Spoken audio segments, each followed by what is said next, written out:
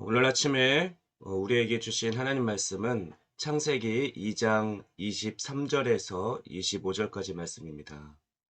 구약성경 맨 처음에 있는 창세기 2장 23절에서 25절까지 말씀입니다. 제가 대표로 봉독하겠습니다. 아담이 이르되 이는 내 뼈 중에 뼈요 살 중에 살이라. 이것을 남자에게서 취하였은즉 여자라 부르리라 하니라. 이러므로 남자가 부모를 떠나 그의 아내와 합하여 둘이 한 몸을 이룰지로다. 아담과 그의 아내 두 사람이 벌거벗었으나 부끄러워하지 아니하니라. 아멘. 하나님은 먼저 아담을 만드시고 에덴 동산을 창설하신 후 아담을 돕는 배필인 하와를 창조하셔서 최초의 공동체 가정을 만드셨습니다. 오늘은 창세기에 나타난 진정한 결혼과 하나님이 만드신 가정은 어떤 것이며 또 창조의 질서와 원칙에 따른 그런 축복된 가정은 어떤 모습인지 몇 가지 원리들을 살펴보며 은혜를 나누고자 합니다. 저는 아내에게 프로포즈할 때 당신은 구원 이후에 하나님께서 내게 주신 최고의 선물입니다 라고 고백했었습니다. 하나님께서 인간에게 주신 가장 큰 선물은 가정입니다. 하나님은 아담에게 제국을 만들어 주지 않으시고 가정을 만들어 주셨습니다. 따라서 우리가 하나님께서 의도하셨던 최초의 가정의 원칙대로만 산다면 우리의 가정은 행복해지고 복을 받게 될 것입니다. 최초의 가정 출발은 아담과 하와의 만남으로부터 시작됩니다. 하나님께서 하와를 만드신 후 하와의 손을 붙잡으시고 직접 아담에게 데려오신 것이 성경에서 말한 결혼이고 또 가정의 시작입니다. 여기에 하나님의 축복과 인격적인 만남이 있습니다. 우리는 최초의 가정에는 하나님이 계셨다는 사실을 기억해야 합니다. 두 사람을 만나게 하신 분도 그리고 행복하게 하신 분도 하나님이십니다. 오늘날 우리 가정의 위기는 하나님이 빠져버린 데 있습니다. 세상 사람들은 가정에는 축복의 근원 되시는 세상 사람들의 가정에는 축복의 근원 되시는 하나님이 빠져 있습니다. 오늘날 많은 사람들은 자신의 느낌이나 자신이 찾는 조건에 맞춰 결혼하기 때문에 처음 만났을 때 그 좋은 감정이나 그 감정이 또 사라지거나 또는 자신이 생각했던 조건과 맞지 않다라고 생각되면 쉽게 이혼을 합니다. 하나님과 상관없이 결혼했기 때문에 두 사람의 노력은 온전한 가정을 이루어가기가 자신의 노력만으로 온전한 가정을 이루어가기가 쉽지 않은 것입니다. 23절 말씀을 보면 아담은 하나님이 이끌어온 여자를 보고 이는 내 뼈 중에 뼈요 살 중에 살이라 라고 감탄했습니다. 아담은 저 여자는 또 다른 나라고 그렇게 느꼈습니다. 하와는 아담의 갈비뼈로 만들어졌기 때문에 그렇습니다. 이런 의미에서 남자와 여자가 연합한 부부는 본질적으로 한 몸입니다. 이것이 부부의 신비이며 오묘함입니다. 그렇다면 하나님이 의도하신 행복한 부부와 가정의 모습은 어떤 모습일까요? 첫째로 본문 23절 말씀을 통해 볼 때 진정한 가정은 사랑의 고백이 있는 곳이어야 한다는 것을 알 수 있습니다. 잠잘 수 있고 먹을 것이 있고 또 아이를 낳아 기를 수 있다고 해서 가정이 아니라 사랑의 고백이 있어야 비로소 가정입니다. 같이 살아서 부부가 아니라 사랑한다고 고백해야 진정한 부부라는 것입니다. 둘째, 하나님께서 의도하신 가정에는 세 가지 원칙이 있었습니다. 하나님이 의도하신 가정은 첫째, 독립성의 원리를 가져야 합니다. 결혼은 부모와의 분리를 의미합니다. 결혼은 새로운 출발입니다.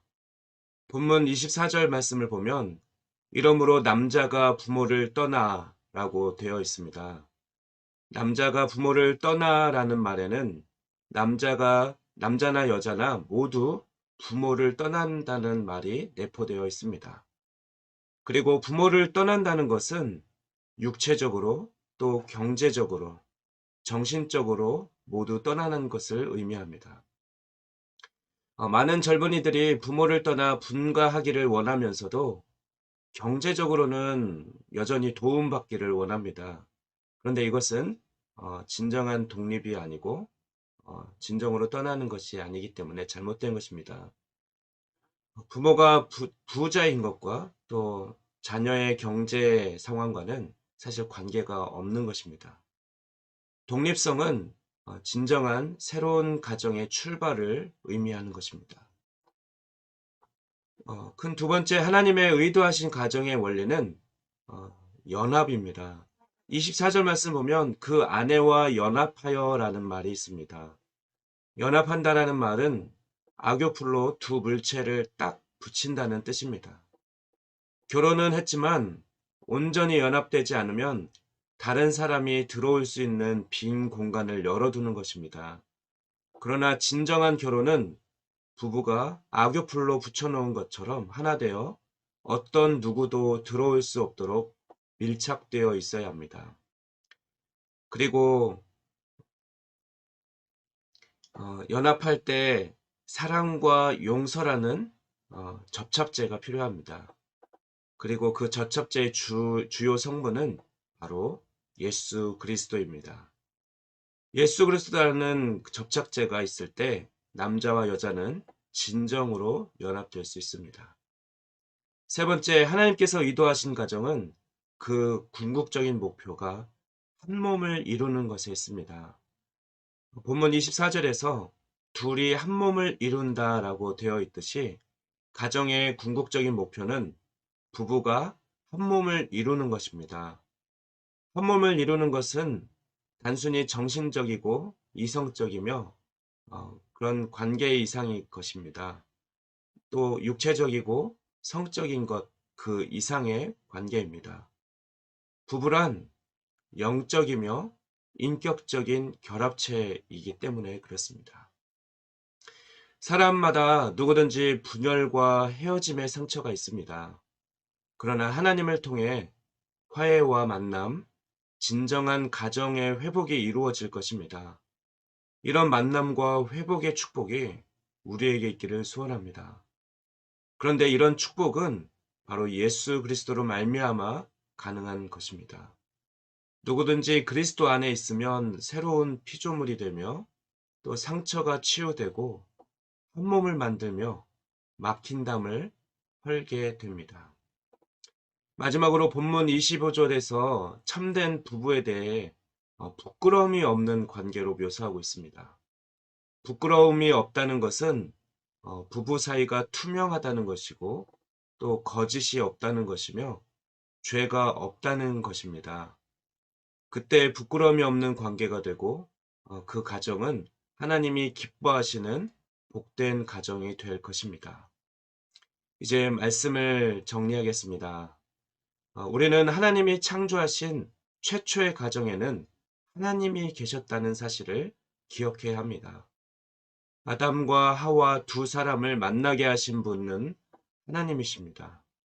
그리고 그 최초의 가정에는 첫째, 이는 내 뼈 중에 뼈요, 살 중에 살이라고 하는 사랑의 고백이 있었습니다.